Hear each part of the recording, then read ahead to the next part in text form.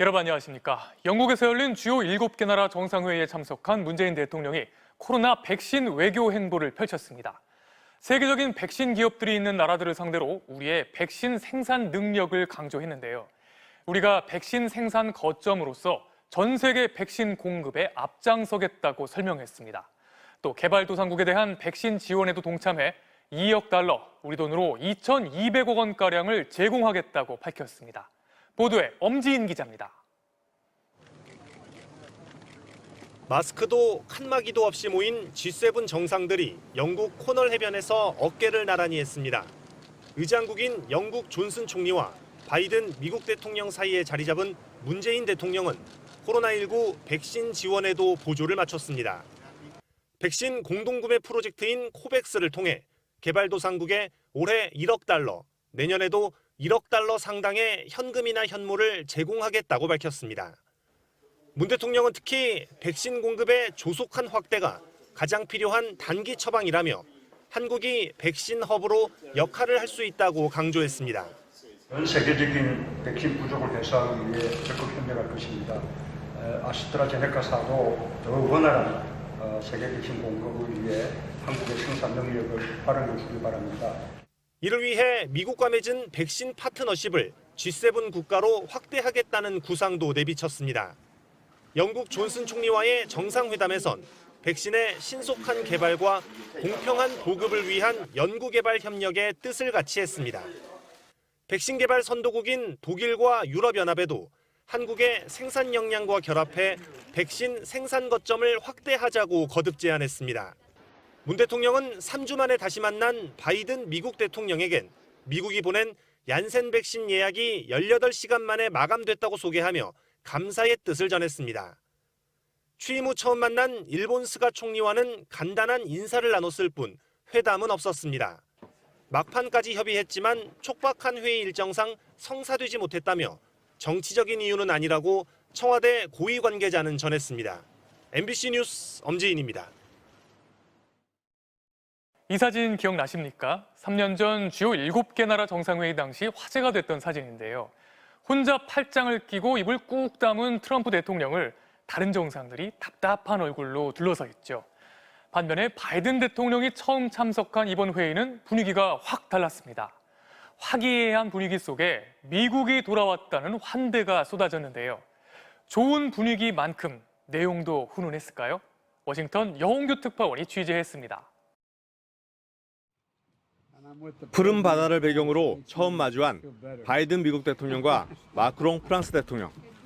두 정상의 회담은 환한 미소와 함께 시종일관 화기애애했습니다.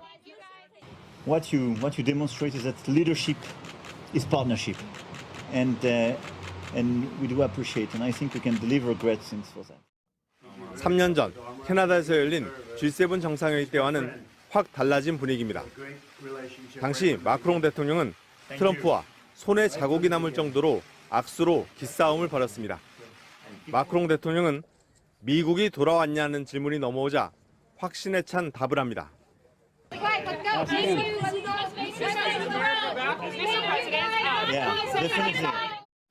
G7의 달라진 분위기에 대해 한송시통은 트럼프 때는 혼란이었는데 지금은 솔직한 대화를 할 수 있다고 전했습니다.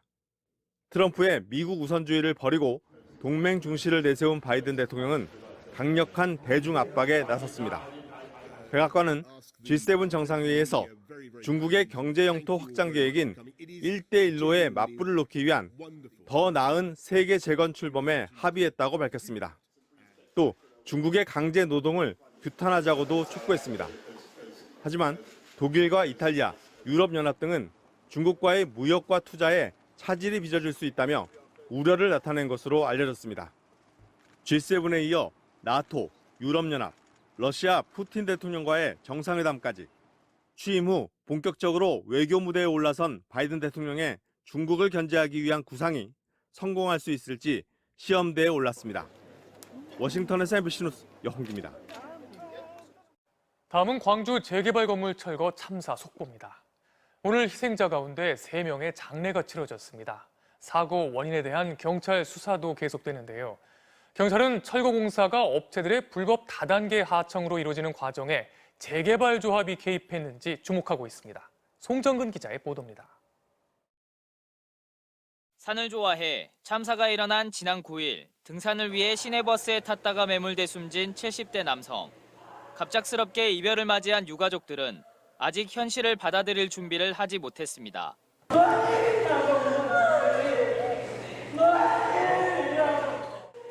하염없이 흐르는 눈물을 뒤로 한 채 고인의 마지막 가는 길을 배웅합니다. 지금도 꿈인지 현실인지 모르겠고 이런 일이 정말 일어난 것에 대해서 너무 황망하고 공부해서 이런 일이 또 다른 70대 여성 등 사망자 2명의 발인도 오늘 마쳤습니다. 오늘까지 피해자 9명 가운데 7명이 장례 절차를 마쳤고 내일은 고등학생 피해자 등 2명이 발인할 예정입니다. 사고 원인에 대한 경찰의 수사는 철거공사 계약 과정에도 초점이 맞춰지고 있습니다. 광주 학동 재개발 사업지의 철거공사는 업체 2곳이 계약을 맺어 진행됐습니다. 일반 건축물 해체는 현대산업개발이 한솔기업과 계약을 맺었고 성명과 지작물 해체공사는 재개발조합이 다온 ENC와 계약을 맺었습니다.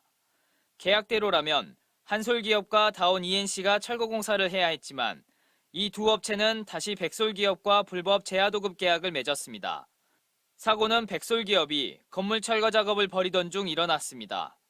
경찰은 다온 ENC가 불법 재하도급 계약을 맺는 과정에서 재개발조합이 개입했는지 여부 등 위법 행위가 있었는지를 조사할 방침입니다. MBC 뉴스 송정근입니다. 공군 성폭력 사건 피해자인 고 이중사가 1년 전에도 군에서 또 다른 성추행을 당했다는 주장이 제기되었는데요. 군 검찰이 이 사건의 혐의를 받는 수사 대상자로 윤모 준위를 지목했습니다. 군 검찰은 조만간 윤준위를 불러 조사할 것으로 알려졌습니다. 정도훈 기자의 보도입니다.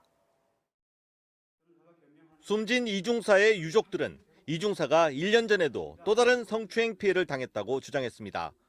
당시 이중사가 20 전투비행단에 파견을 나온 한 부사관으로부터 회식 자리에서 성추행 피해를 입었다는 겁니다.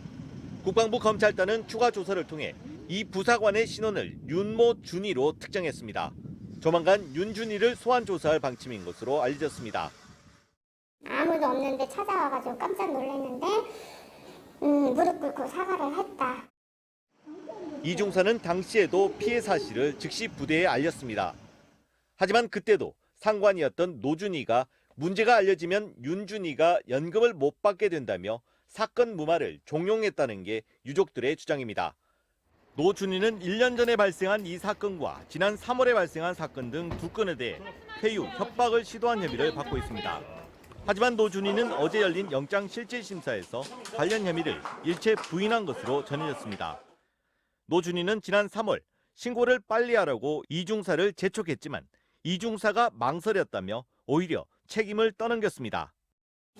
혐의 다 인정하세요?